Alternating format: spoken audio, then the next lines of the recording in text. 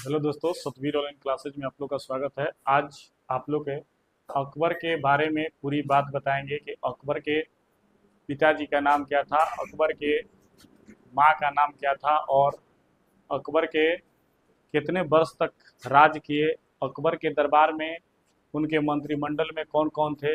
इस सब के बारे में पूरी आप लोग का फुल डिटेल्स ये बताएंगे। जो ट्वेल्थ के एग्ज़ाम में, हिस्ट्री में, चाहे कंपटीशन के एग्ज़ाम में, सारे एग्ज़ामों में पूछा जाता है इनसे रिलेटिव। क्योंकि मुगल वंश में अगर सबसे ज़्यादा क्वेश्चन का बात किया है तो मुगल वंश में सबसे ज़्यादा क्वेश्चन का बात किया है तो अकबर के राज के बारे में बात किया है।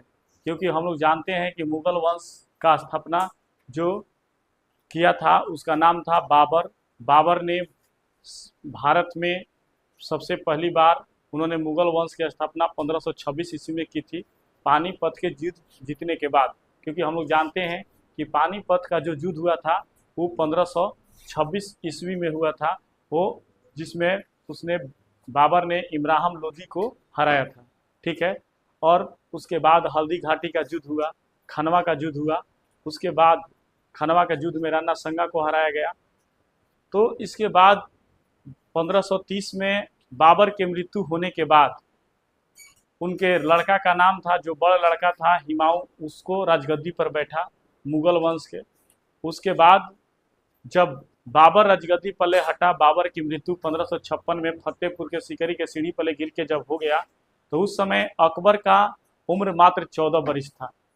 अकबर का उम्र मात्र 14 वर्ष था। अकबर को उस उम्र में उसका सेनापति था, क्योंकि उस समय उन लोगों ने युद्ध लड़ा था शेरशाह सूरी के साथ, जो शेरशाह सूरी उस युद्ध में हार गए थे। और उसी समय हिमायूं भी फतेहपुर के सिकरी के सीढ़ी पर गिर के मर गए थे। तो उनका जो सेनापति बैरम खां था इस बात को पता नहीं लगने दिया और तुरंत अकबर को राज अभिषेक करवा दिए। मात्र उस समय अकबर का उम्र 14 वर्ष हो रहा था। उसके बाद से अकबर टोटल भारत में अगर मुगल वंश का सबसे अधिक दिन तक राज करने वाला राजा का नाम आता है तो अकबर का आता है। अकबर का मृत्यु जो हुआ वो 1605 ईस्वी में, यानी अकबर ने टोटल जो राज किया था वो 1556 से लेकर 1605 ईस्वी तक उसने अपना राज किया। ठीक है।